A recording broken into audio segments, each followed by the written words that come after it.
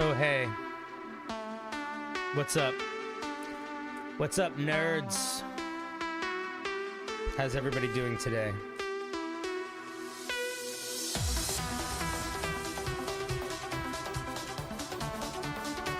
How's everybody feeling? Good? I hope so.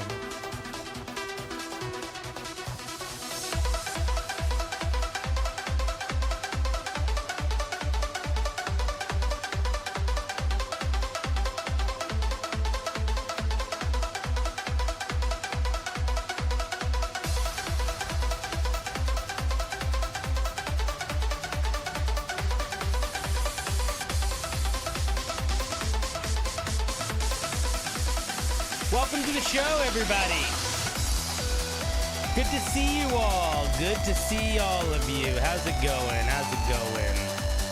Welcome, welcome. I'm a little short today, eh? I just gotta readjust. There we go. There we go.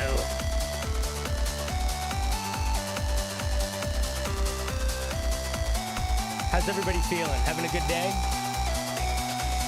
I hope so.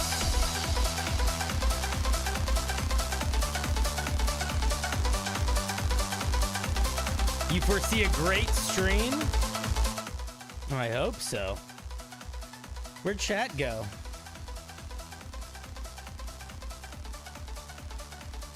Chat, where'd you go? Oh, chat's gone.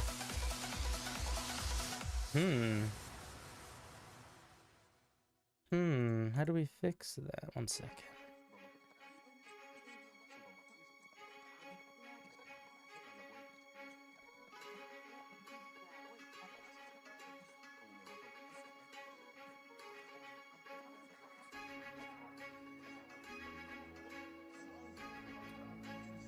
Oh, there we go. Chat, you're back. Oh, there you go. You're there. I don't need to be adding new shit. How's it going, guys?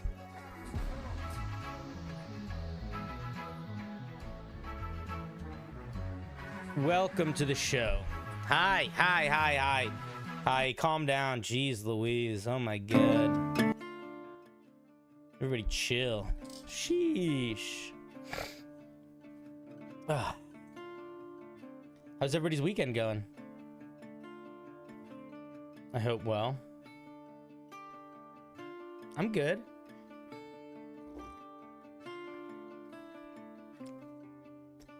If this is your first time on the channel, welcome, welcome.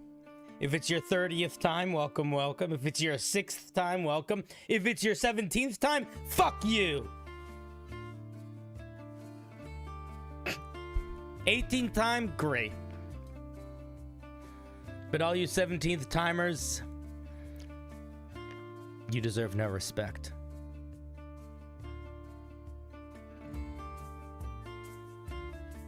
So here's the way the show works if you're new to the channel. Basically, we're gonna hang and we're gonna look at a homebrew that you write. The way we look at that homebrew is you send it in. The instructions for sending it in are right here.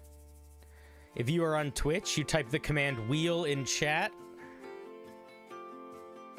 Should be working. If you are on YouTube, the link to submit homebrew is in the video description. And if you are somebody that is a sub on Twitch, a member on YouTube, or a patron on Patreon, then you also get access to the special member wheel. The sub wheel. So you can basically a much higher chance of your homebrew being looked at. And to give you a sense of what that is, and the wheels get bigger as the stream goes. So here's the everybody wheel, and here's the member wheel. Member wheel is a little bit smaller. So that's how it works. That's the show. If you do want to submit some homebrew, I strongly recommend reading all of the rules that are in the form. Just because if you don't, I might not read your homebrew, and that would be a bummer. You'd be so sad, and I'd be so sad.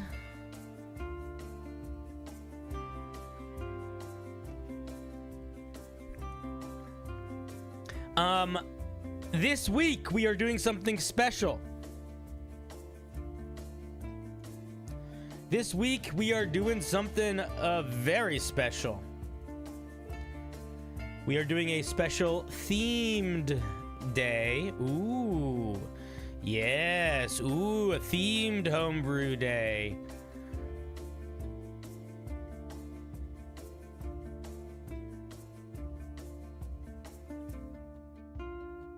Oh yeah, on Thursday. No, not Thursday, on Wednesday. And all of the information about it is on my Discord already.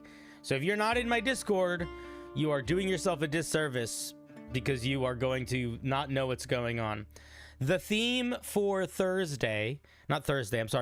So this week we're streaming today, and then on Tuesday, and then on Wednesday. So today and Tuesday are big open wheel, send in anything you want days. And then Wednesday is a very specific sort of day. What's up, King Kadasha? I gotta mod you. Let me do that right now.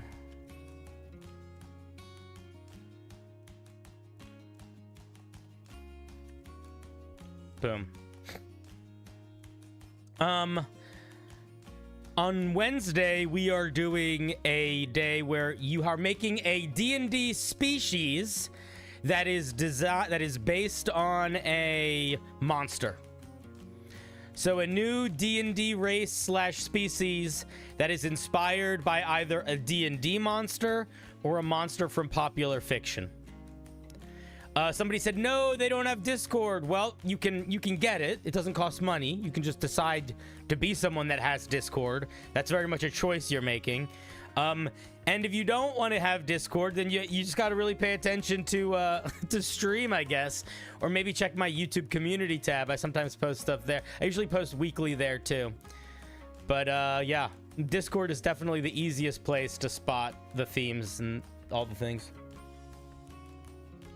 Otherwise, you're going to end up in a situation where, you know, you're just getting the homebrew review of things on the day of. Can somebody make a beholder race? Yours is already based on that? Awesome. Does the special monster need to be an evil monster? Nope. The rule, it just needs to be a monster. So it just needs to be a monster from D&D or from popular fiction.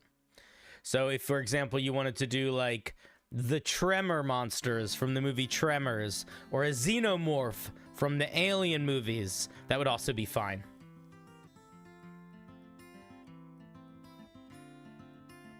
What if it's from unpopular mythology? Then I don't want to see it because no one's going to have an idea what the fuck it is. And I don't really want anything from religion or folklore because y'all are going to easily step into the world of cultural appropriation, and I just don't want to do that. So pick something from a movie or a TV show or a comic book or D&D. Or a regular book.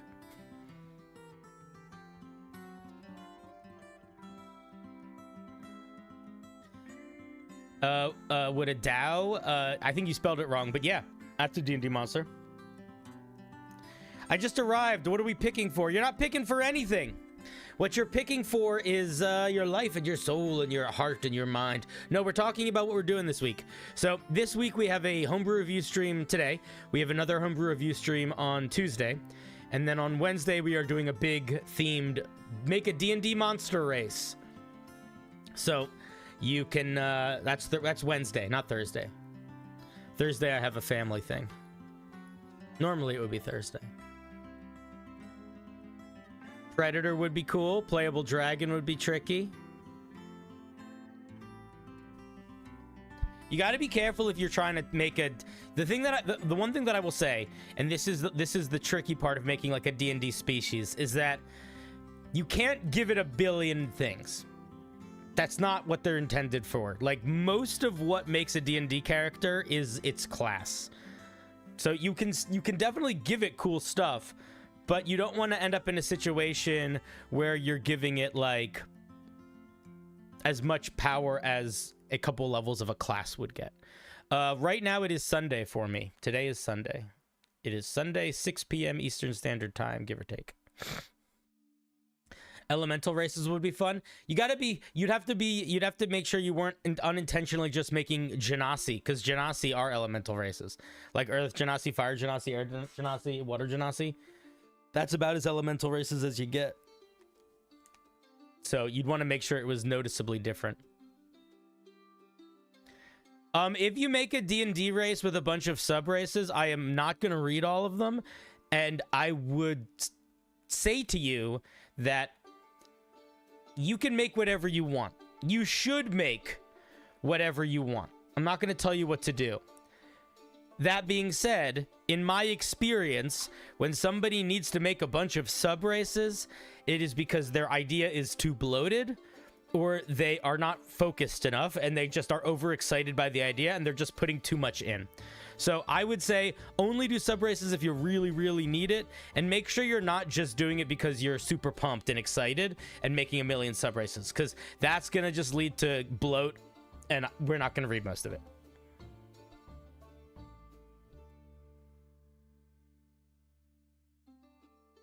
Flail Snail would be a great idea. So I hate the person who made the Dragonborn. Oh, Neon, you're being dumb. The Dragonborn has 3 sub-races. And they came out like 10 years after the original Dragonborn. So no, I don't hate the Dragonborn. I don't even hate the elves. Here's the ironic twist, my dear friend. Just because Wizards of the Coast does something doesn't mean it's a good idea, and just because they do something is not an excuse for you to do it. Also, them doing something 1,000,000% isn't an excuse for you to do it because they have established themselves. You're nothing. So when you are nothing, you need to work a lot harder to become something than when you're something. When you're something, you don't need to do anything. You just do whatever you want. But you're not something yet. You're nothing still. So I don't really hate sub-races. I just don't think they help you as a designer become something. I think they keep you in the realm of nothing. And I think if D&D was a brand new game that never existed in the universe and it came out tomorrow and there was one D&D race with 45 sub-races, that would be stupid. And it is stupid. Dude, that's okay. It's okay to be nothing. Because nothing is a nicer way of putting that is you are all potential energy. You're just not kinetic energy yet. Think about it like that. That's a little bit of a nicer way to put it. Oh, shit. Oh, shit. Dropping stuff on my desk. Knocking wires down.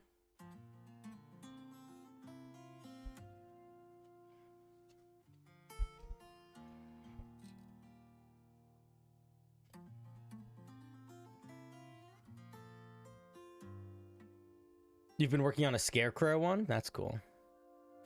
Failed a dex check? Yeah, that was definitely something dexy. Sleight of hand, maybe?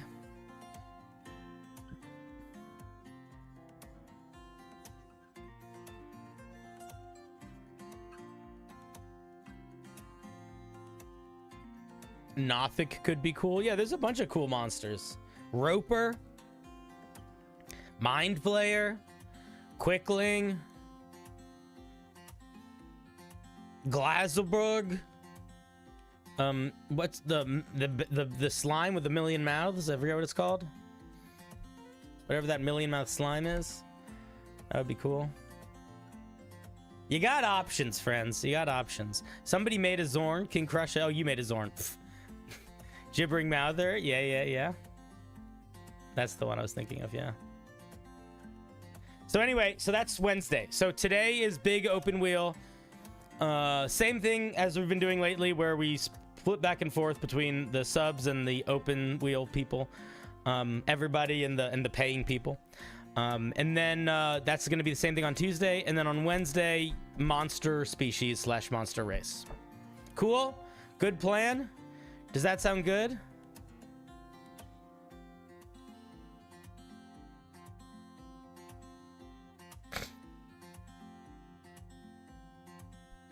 Yeah, I'm very colorblind. I don't exactly see in black and white, but I see in very muted colors. So I don't really think about color pretty much that much at all most of the time. I only think about it when I notice it as it's something feels off.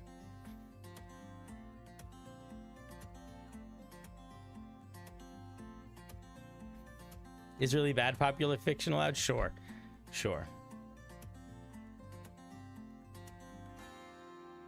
Really, the only thing that I don't want to see is something based on, like, religion or a specific people's cultural heritage. That's the only thing I don't want to see. Because we as creators sometimes very easily fall into the cultural appropriation basket without realizing it. And I'd rather us just avoid it, and we have the infinite cosmos to work with, so we don't need to be pulling from someone else's religion or culture. That's all. I have no way to verify whether or not it's your cultural heritage, so I'm just going to say, if you want to make something for your own cultural heritage, you totally should, but I'm asking you specifically to just, you know, make it for yourself or make it for publication, but for my stream, you can send in something else.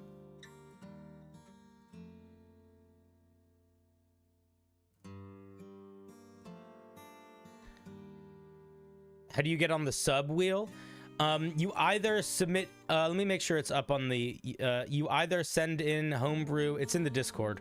So whenever I'm doing, oh, it's also up on the member tab. So on YouTube, there's the member tab, but honestly, the easiest place to find it is the Discord. Just check the Discord. So it's always up in the Discord.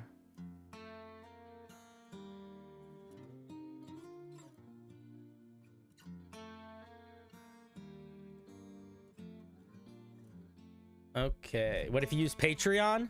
It's still up in the Discord, but I can post it in the Patreon as well. I've made a big announcement in the Patreon telling all of you to join the Discord, but I can share it there too.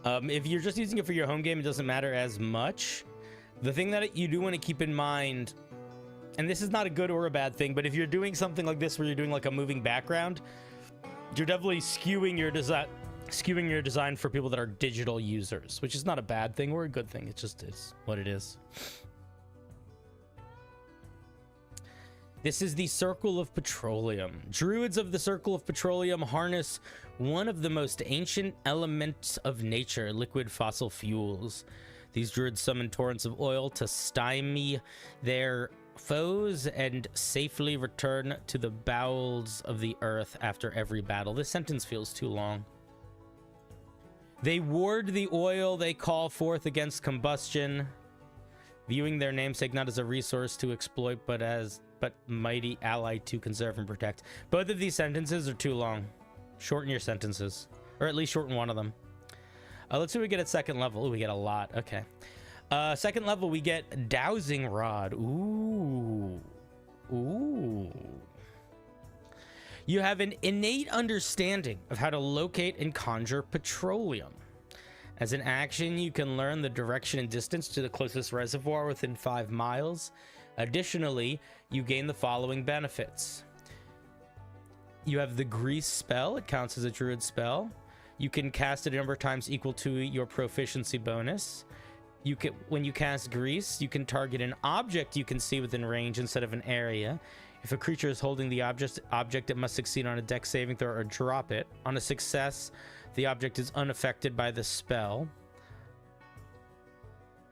An object that isn't being worn or carried is automatically affected. Creatures that attempt to pick up or use the greased object must make a dex saving throw to drop it. What does it mean for an object to be affected? I guess this is what it means. It feels weird. It feels like you're talking about all these different ways that an object is affected or isn't affected, and this last sentence almost feels like a hang-on sentence, but this is like the actual, like, this whole thing is just getting to this sentence, and that's confusing. I think, unless there's something else that you just forgot to write in here. But yeah, this needs reorganize this whole paragraph, I would, if I were you. When you're casting Grease using a spell slot of second level or higher, you can increase the size of the square it covers by 10 feet. Or target an additional object. What does it mean to increase the size of the square by 10 feet? Does that mean you're making an additional 10 foot by 10 foot square of Grease? Is that what that means? If that's what that means, I would clarify that. This is confusingly worded. Huh. Okay, so it's a little bit... I don't mind this ability at all. It's interesting. It's just taking up like 3 times as many words as it needs to. Like this, not good. This, unclear. But it's a little bit like the Stars Druid, where they can just cast Guidance a bunch, but you're just getting Grease a bunch. If this says it goes from a 10-foot radius to a 20-foot radius, I would say that is not good. That is too powerful. That is too much exponential growth. I would say I would make it go up by a 10-foot by 10-foot square, each up or something like that. But having the radius go up by 10 feet for each level up feels too big. That's too powerful. That's too much exponential growth.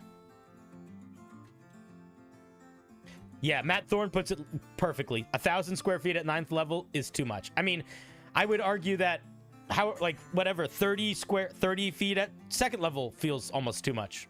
I don't know. I would say I would drop the AoE thing. I'd maybe just drop the AoE thing entirely. Or the expanding AoE thing entirely. You're already giving it this whole other unique feature. I don't think you need to give it 2 other unique features. And then we get a feature called Liquid Darkness. As a bonus action, you can touch a willing creature and expend a use of your wild shape to coat it in a slick, non-flammable oil for an hour. While coated in the oil, it gains the following benefits. Slip and slide. The start of each of the target's turns, each creature of your choice that has it grappled must succeed on a dexterity saving throw. Get your spell save or release the target from the grapple. This wording is so weird. Why are you writing it like this? If the target is prone, it can use a bonus action to propel itself up to half its speed in a horizontal direction of its choice with overrunning opportunity attacks. This is really funny. I like this. The target can propel itself through the space of another creature, deftly moving past all obstructions. I might limit that a little bit, depending on the creature type or the creature size. This is... You're doing this thing, and I don't know why you're doing it, but so many of you're taking so long, and you're sort of doing these weird roundabout ways to get to what you're trying to say. Like, this is such a weird way of saying... At the start of the creature's turn... Other creatures of your choice that have it grappled have to succeed on a dex saving throw. Like, that's so odd. I don't know. I would play around with that a little bit. I totally get the creatures that have it grappled have to make a dexterity saving throw to maintain the grapple. That's fine. But this way, the way that this is presented, it's making it feel so much more complicated than it is. And, like, needlessly so. So you got to be careful about that. You're doing that up here too. You're doing that a lot. You're making things feel really needlessly complicated. Okay, so at second level, we can cast Grease a bunch. We can make an object slippery. We can make a person slippery. And we can make a person slide around on the ground. Okay, it's kind of interesting. I mean, it's very one note in terms of what it feels like.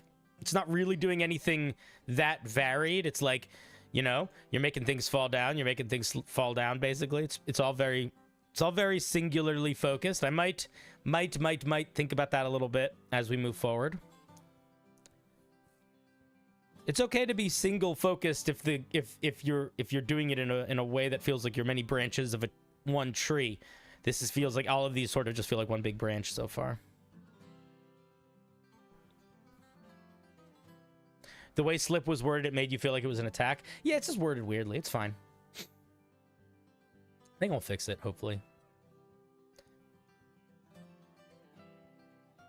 I would just say at the start of the target's turn, if any creature is a grapple, if it is grappled, the grappling creature has to make a dex saving throw.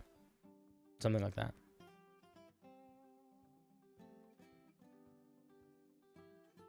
Oh, the mechanics are interesting so far. I just think it feels maybe a little too one note for me. It's like, this is movement-based area control. This is movement-based area control. This is movement-based area control.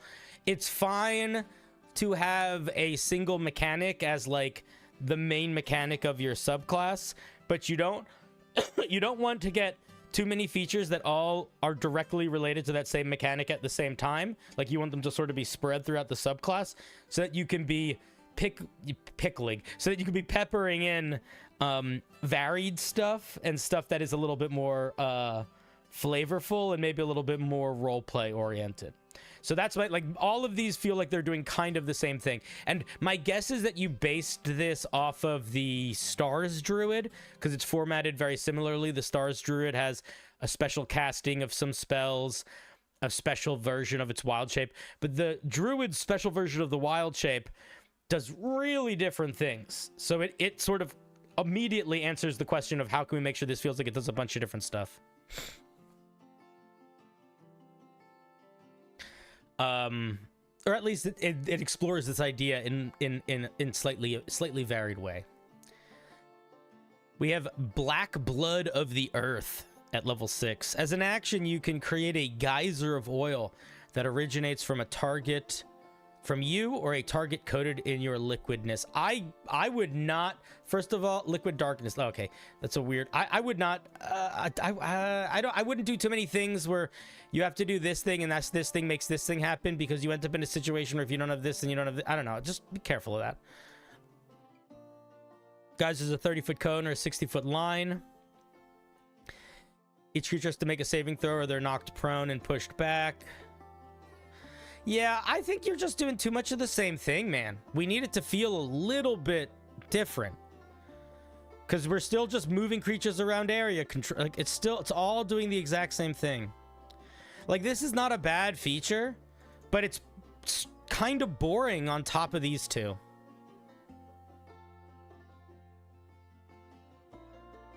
Like, I think we need a little bit of variety in terms of what this thing feels like. At 10th level, we get mineral refinement. A target coated in your liquid can't be restrained. Again, I'm not a big fan of features that require the use of early features like this, especially on a druid. Like, if you want to do a special unique wild shape that you can activate to do a super wild shape, I think that's fine. But now we have 2 features that are like leaning on that.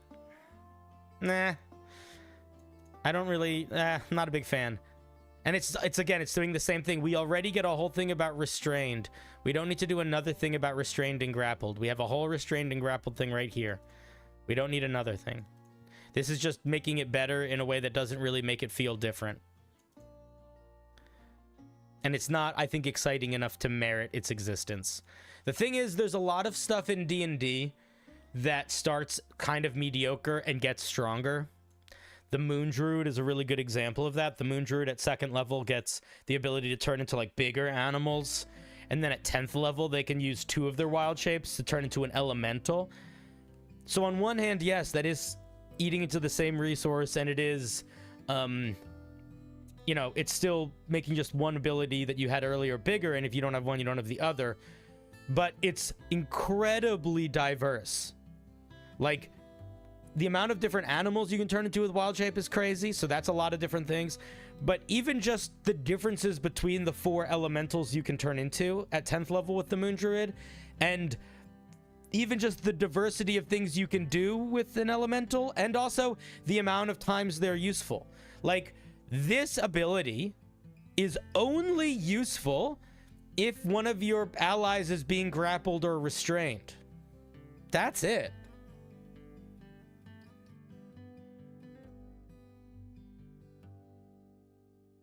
So it's like, it's a little too niche, I think, to, like, there's like, the other thing, and I don't want to be a dick, but like, freedom of movement is just a spell you can just get as a druid.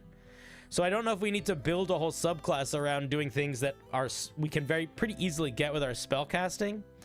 We might even have freedom of movement be able to have it by level 10. I don't know, I have to check what level it is, I don't remember.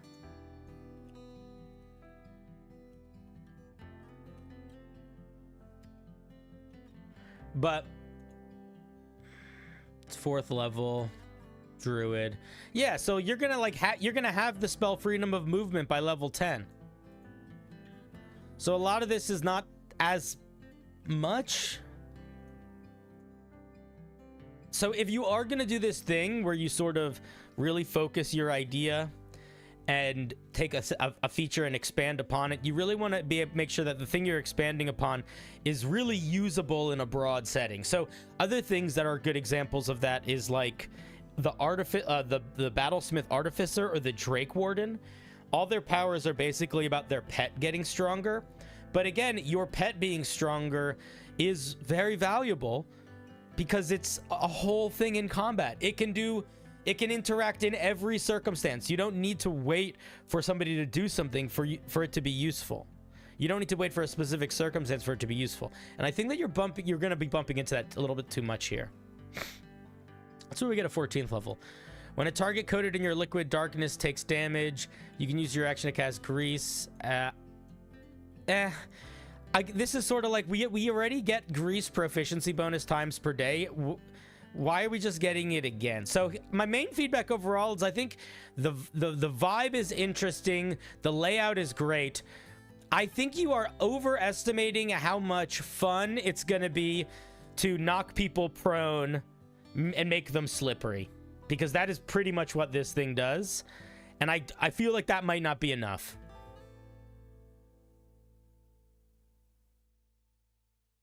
So those are my thoughts.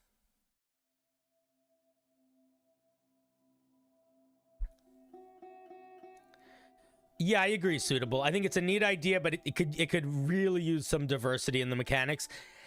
I would just come up with a new 14th level feature, for example, probably a new 10th level feature, and maybe move some of these things around a little bit, just so it's not just a slip and slide monster. And those are my thoughts. That was Corvin. Let's give Corvin a round of applause. Thank you, Corvin, for sharing.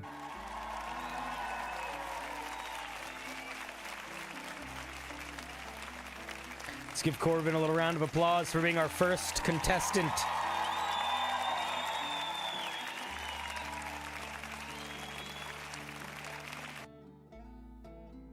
Thank you, thank you. All right, let's see. I'm sure we got some new people on the member wheel. We do. So this is the member wheel. If you are a rising seeker on Patreon, you are in the very cool membership on YouTube or any sort of sub on Twitch. You get access to this wheel, and you can put your stuff on this, and then you get more of a high chance of your homebrew being spun because we switch back and forth between each wheel. Boing, boing, boing, boing, boing, boing, boing, boing, boing, boing, boing. I don't remember if I submitted for this stream, and I don't want to double submit. Can you check for me? You can't. It's impossible to double submit. You can only submit once. So if you click the form and it says you've already submitted, would you like to edit your submission? Then you're good. I made it so you can't double submit because some of you are the kind of folks that would do that. Oh,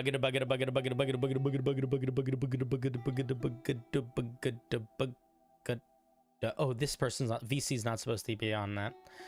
Oh, VC1, cool. Okay, that was me doing a test. Yaz,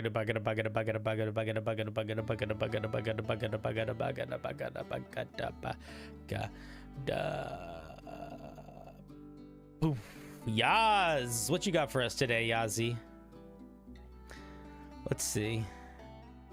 The weapon, this weapon is intended for a barbarian and should feel similar to a vestige. The goal is to give a couple control options and add some range to their attacks. I want them to be able to use reckless attack with the sonic burst feature. It has 2 states, unlocking the second state. Second one, after a big event, temporal state should be balanced. Ooh, I am a little bit nervous because I'm gonna be honest, Yaz, your description made me feel like you sent in a really confusing item. Hopefully it's not that confusing. You're talking about different states and stuff. Yaz, this is too much. This is too much. This is too much. This is too many words, dude.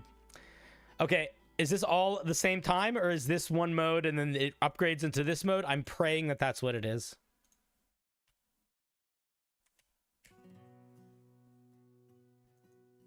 Don't answer in the chat. It needs to speak for itself. Don't answer in the chat, my darling. It's a new rule. I actually put it in the form. It said in the forum. It says shh. Feel free to chime in when we're done, but the goal for not chiming in is we want the piece to speak for itself. This is called Maul of Fane. This Maul was forged in a thunderstorm by the legendary Maul of Fane, the Slayer of Thunder. I don't know if that name is as cool sounding as you think it is. It's a little silly sounding. Its handle is crafted from blue leaf wood and is surprisingly light. Mithril head is pierced with holes, like Swiss cheese. When swung, wind rushes through the holes, producing terrifying roar of thunder. That's interesting. I would pretty dramatically rethink how I explained it, though. Maybe make it sound a little bit more intentional with the holes, like it's like a chime or like a whistle or something. Like, because my first thought was Swiss cheese when I read this, and I don't know if that's the goal you're looking for the vibe.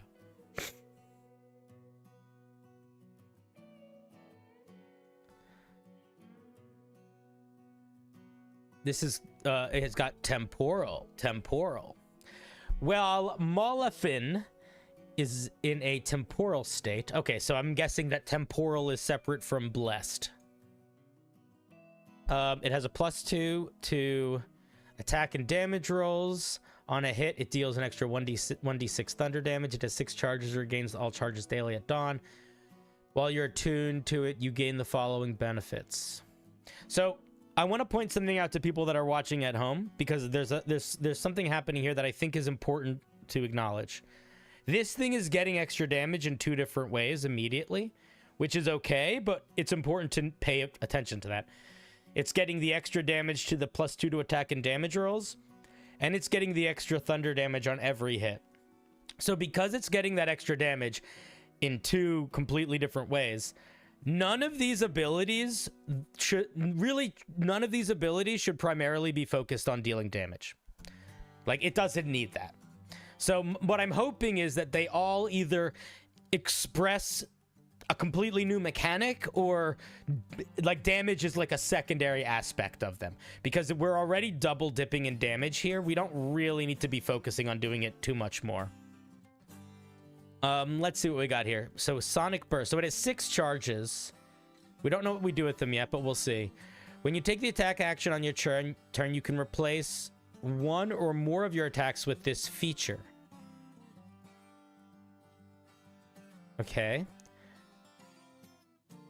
A magical gale reinforces this thing, and it loses the heavy property for the attack. Why? Why does that matter? Why did you write it this way? So, if I'm reading this correct, this is just a sentence of flavor text in the middle for no reason? Why would you do that? Take this whole sentence out.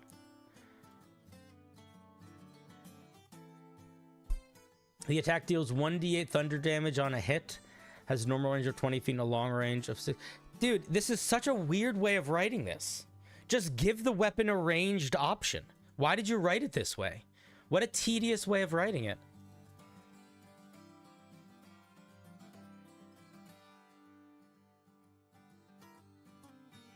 When you take the attack action on your turn, you can make a ranged attack. Just give it a ranged attack. It also doesn't use any charges. No, I feel like it's a little bit. I don't understand why it does. I don't know. Yeah, maybe the goal is that it doesn't. Maybe they don't ever want it to use charges, but it is confusing to explain to us a charge mechanic and then immediately give us a feature that has nothing to do with charges. Also, this is such an overwritten way to say the Maul has a special secondary version of an attack it can make that's a ranged attack that deals thunder damage. Like, just write it like a special weapon that gets a different type of attack. I think you could get rid of this whole feature straight up. I don't think it needs it. I think you could just write it in as like a special. I mean, you could write it, call it Sonic Burst, but the way this is written is tedious, considering the only thing this is doing is giving us an alternative ranged attack. I don't think. Yeah, so. Oh, is that the goal, you think? You think the goal is that it's still technically a melee attack? If the goal is still technically a melee attack, then this is even easier to write. Just say you can expend a charge and increase the reach of your attack by 30 feet. Done. Just do that. This is like... Yeah, no. This is stupid. If this is not trying to actually be a ranged attack, just give us an ability to attack with reach. Just extend the reach of our attacks. That's silly. If it's trying to... yeah, that's silly. I don't know. Maybe that's not what it's trying to do, but... They did say that they wanted it to work with Reckless. So yeah, if they want it to work with Reckless, then this doesn't work with Reckless. So again, completely remove this. Just give it the ability to expend a charge to attack with reach. It doesn't need this property. All right, see you, Connor. Have a good one, buddy. Next, we get Thunder Leap. As a bonus action, you can expend a charge to propel yourself 10 feet horizontally in a direction of your choice. That's fine. As an action, you can expend a charge to slam it into the ground. Each creature in 10 feet of you has to make a con saving throw. It's a very high con save. I guess it's legendary. Or take some thunder damage, you'll be knocked prone. A creature that succeeds takes half as much. If you use this action directly after using Thunderous Leap, the damage increases to 66. I would make them... I would not do extra damage. I would make them make the save at disadvantage if you do it right after Thunderous Leap. Also, this thing, I feel like either should have less charges or this needs to require a charge.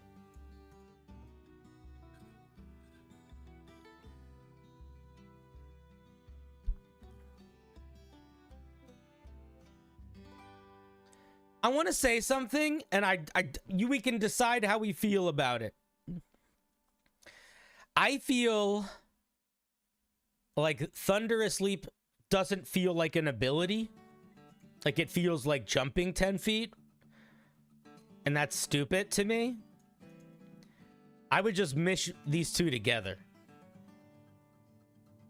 I don't think we need a special bonus action jump 10 feet.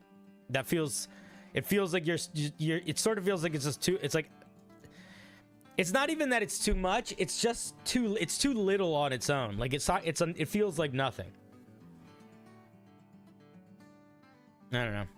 If I were you, I would just mush these two together.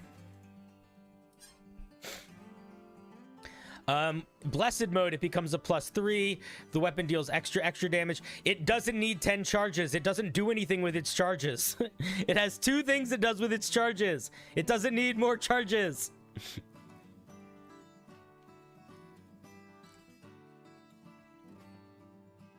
Yeah, it's very similar to the Harengon ability.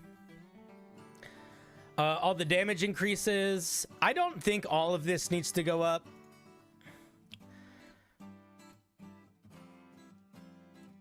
Doesn't need to go up. None of this changes in any way, interesting way. What is this? Numbers go up, numbers go up, numbers go up. Is it all just numbers go up? Yeah, it's just numbers go up. Okay, I mean, if you want to do numbers go up, it's fine. I don't really have any feelings about it. I would say the same feedback I have for all of this, I just have for all of this. I don't think we need to deal with this weird, stupid type of attack. I think this should just be baked into this. Living Conduit. While raging as an action, you can invoke the Living Conduit rune to cause a raging tempest to emanate from you in a 15-foot radius. For 1 minute, or until your rage ends, the area becomes difficult terrain, moves with you, and imposes disadvantage on range attack rolls.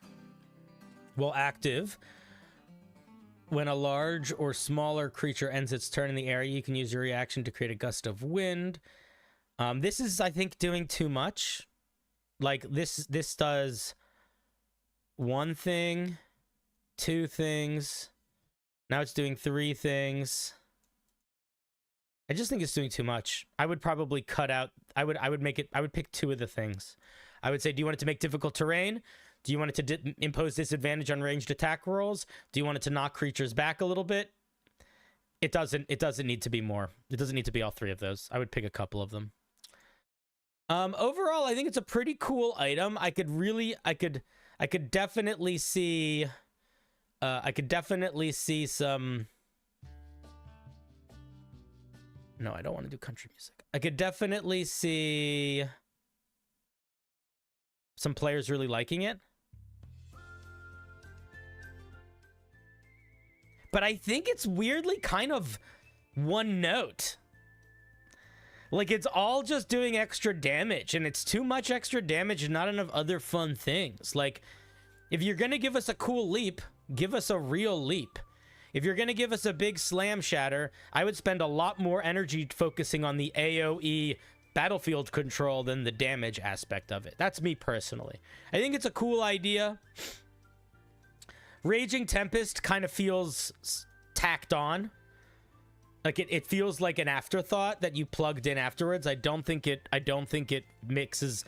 I mean, I understand why it feels like it mixes well from a flavor perspective, but I feel like it feels tacked on. What's this cowboy song? It's called Signs of the Wanted by a band called Sight of Wonders. So yeah, pretty cool item. I think it's a little one note.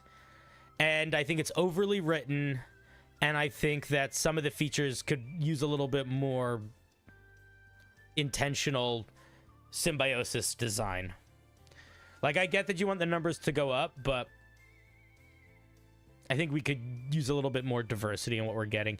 And then also, yeah, just like, we don't need all this to be so separate. Okay, thank you very much. Let's give Yaz a round of applause.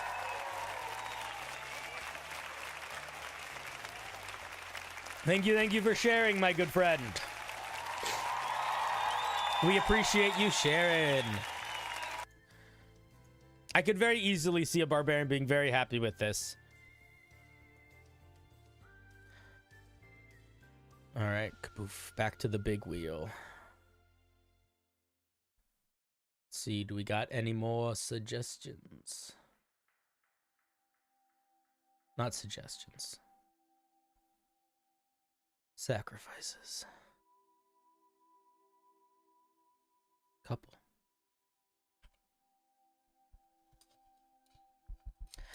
Oh, great wheel.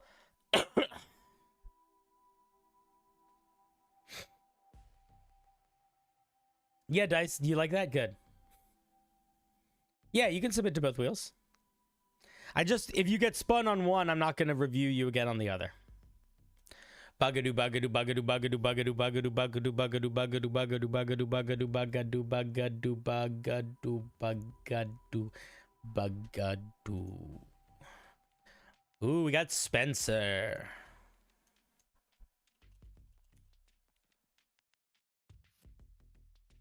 This is a ranger bow for a low-level magic game.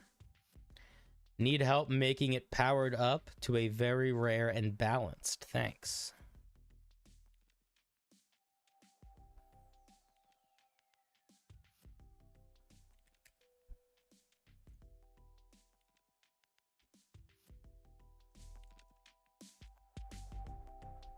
The Wave Rider bow.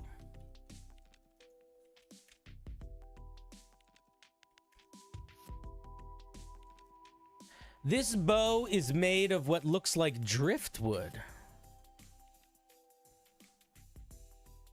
and has one string that is always humming, made of thick fishing line.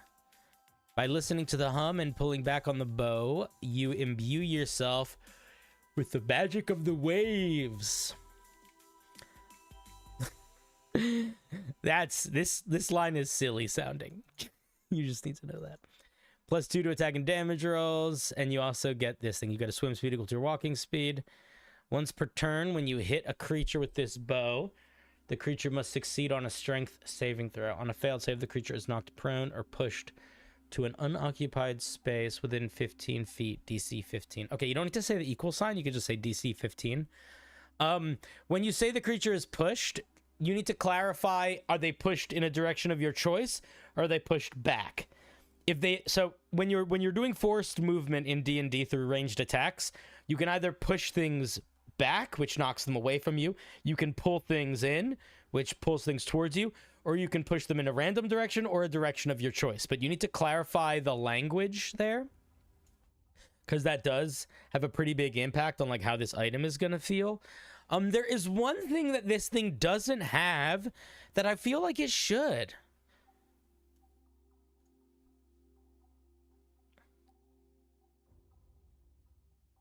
If this bow is designed for you to be a swimmy boy, I feel like when you fire arrows from the bow, it should negate the penalties of firing long-ranged weapons underwater.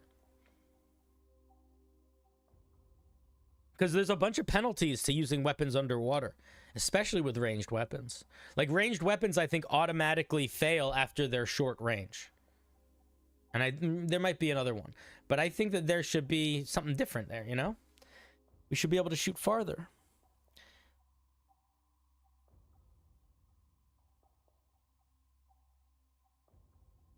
Doesn't come with a swim speed raw.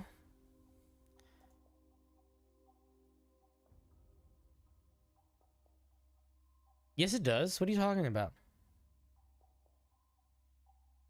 Are you saying that because of the way the flavor text is written here, you have to be holding back the bowstring?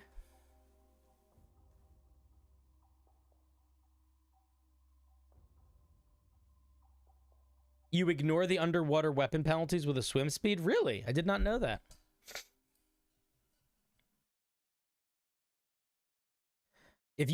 I would look it up before you say that with your chest, because I'm 99% sure that's not true.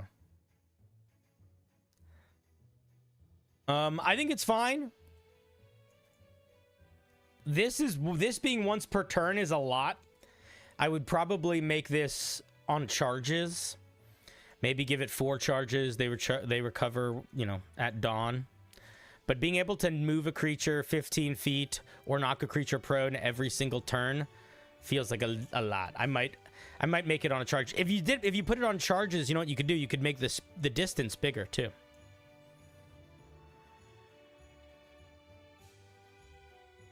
That's a great question. Neon says, what if you already have a swim speed? I think the way that I would read this is that if you already have a swim speed, nothing happens. You ignore underwater melee penalties with a swim speed. Ah, so my feedback still makes sense. Cool. Thank you for clarifying that. Question.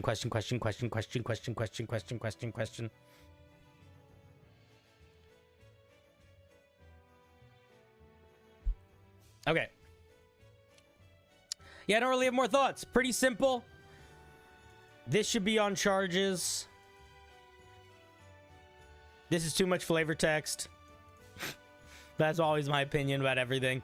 All right. Let us give our dear Spencer a round of applause.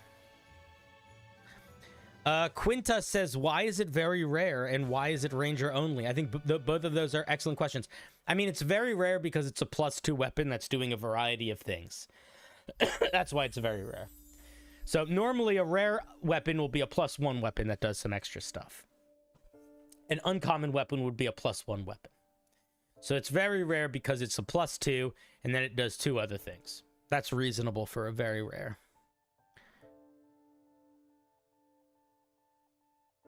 All right, thank you for sharing.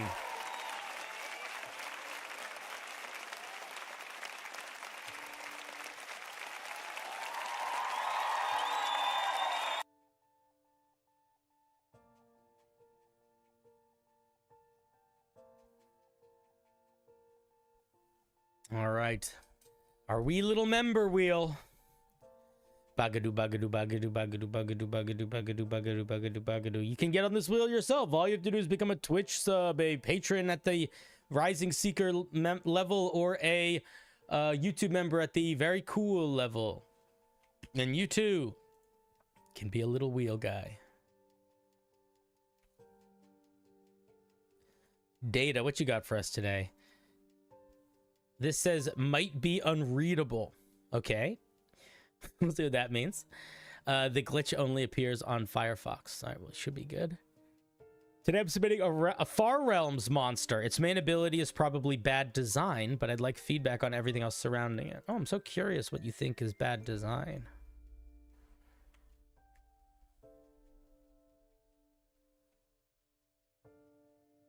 Okay. The Thought Not Seeker. Seer. Cool monster idea. Thought Not Seeker are regular creatures warped by the Titan of the Far Realm. Skin hardened to protective carapace. That is not a complete sentence. Its head has split into 2 horns, and a large eye is broken into their rib cage. Their presence fills people's mouths with blood and cinnamon. That's... I understand that you're trying to be like, oh, they're weird, but that's not a good sentence. It's unclear what you mean. They are on the hunt.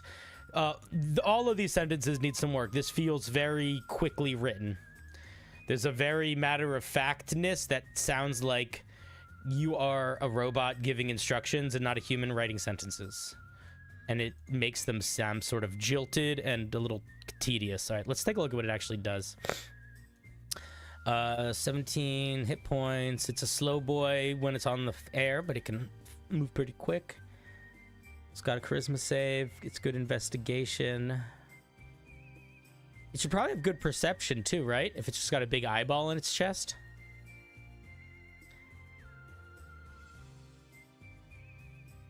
It cannot gain new vulnerabilities or resistances.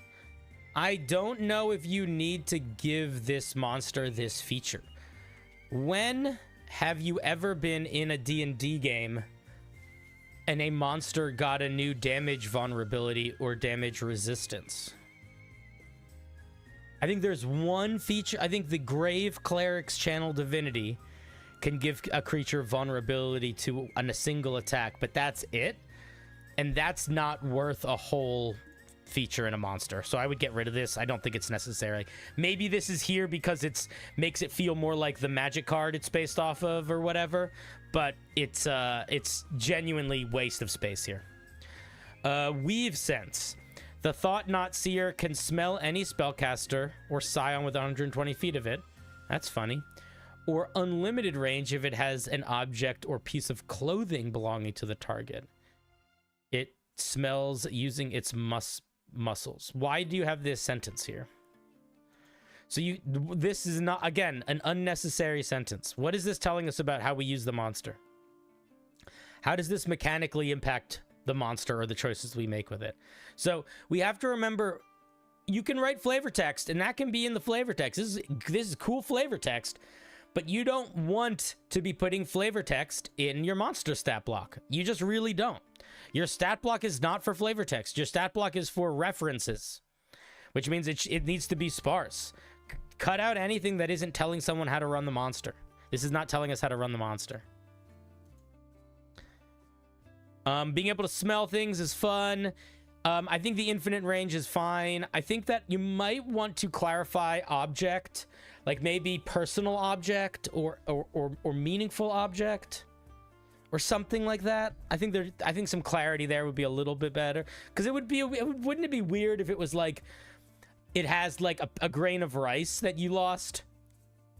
Like who would care about that? So I might make it a little bit more like a hag, where it has to have there needs to be an object of importance.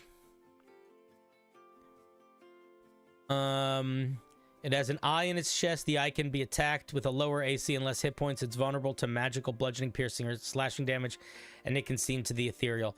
This thing, the eye has an AC of 14, and its AC is 17.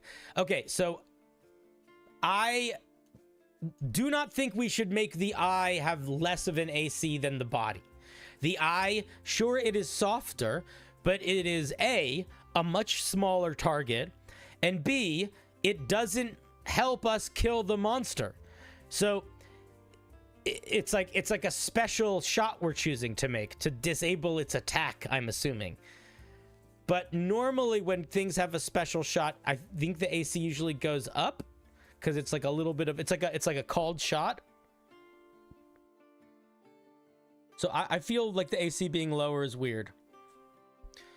It can cast teleport and plane shift. It can make an attack with each claws. How many?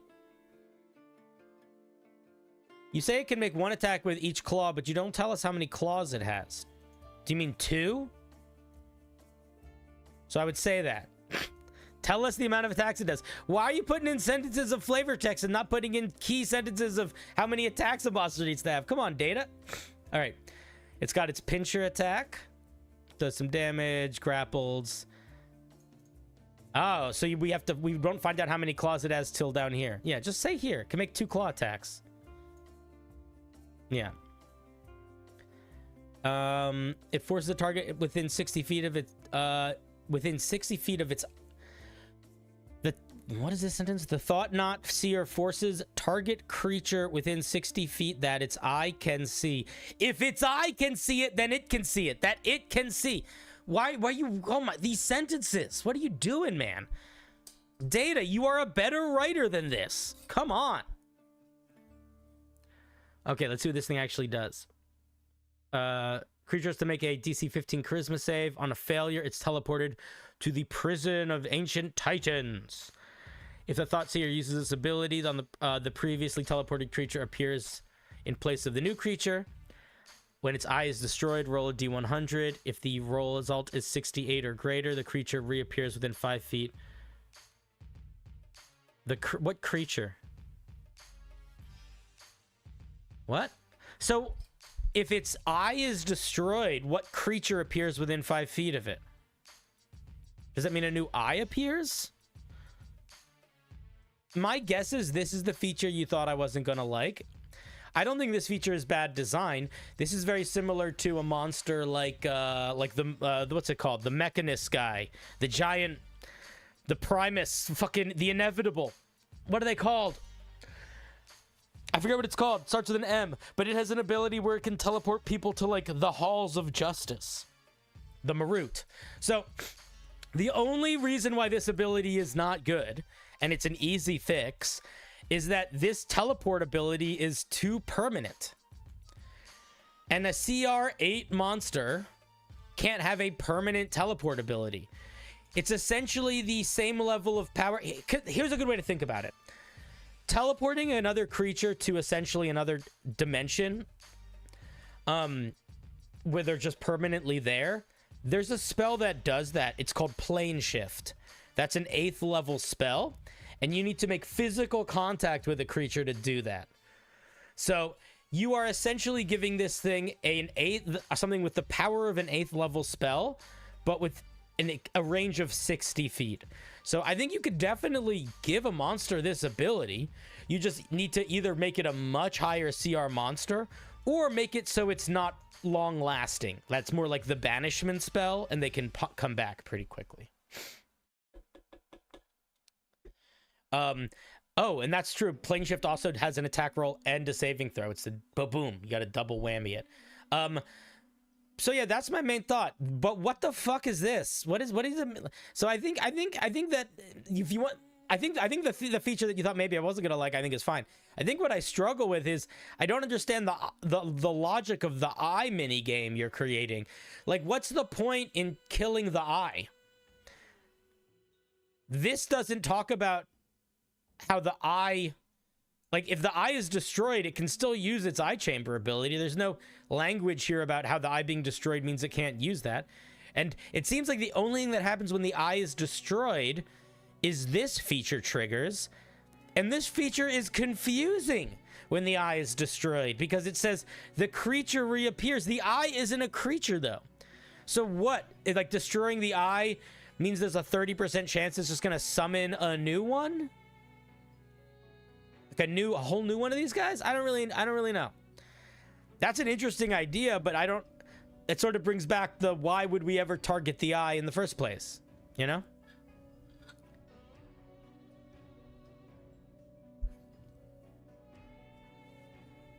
I don't know if spells are a great way to think of balancing monster abilities, as monsters typically have much stronger features than players. Shades, I think that it's not good to do from the player side. It's fine to do from the monster side.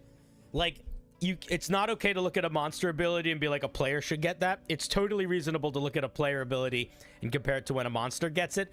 I would also say, especially with spells and spell casting, because leveled spells kind of function the same for players and monsters in terms of design power. So I love you, but I disagree with you. I just think it's a matter of which way you're swimming in the pool.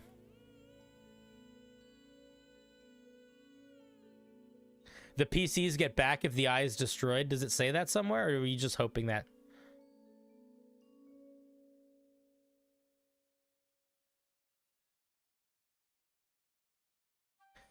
Oh, the creature reappears. The creature that was teleported away. I see. I was misunderstanding. So maybe that's a good piece of feedback, is that if you talk about the Thought Seeker being destroyed and then you say the creature that's implied here is the Thought Seeker, not the creature up here.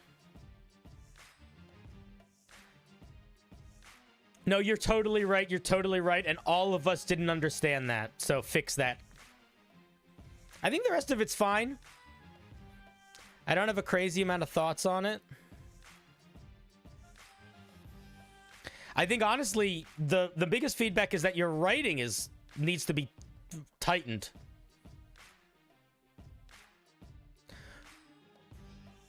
I mean, there's a lot of ways you could rewrite it.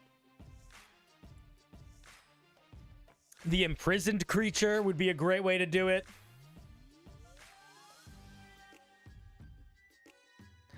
But only on a 68 or higher. If that doesn't happen, use this against the level 8 or lower party. They're screwed for getting their character back. Yeah, it's still.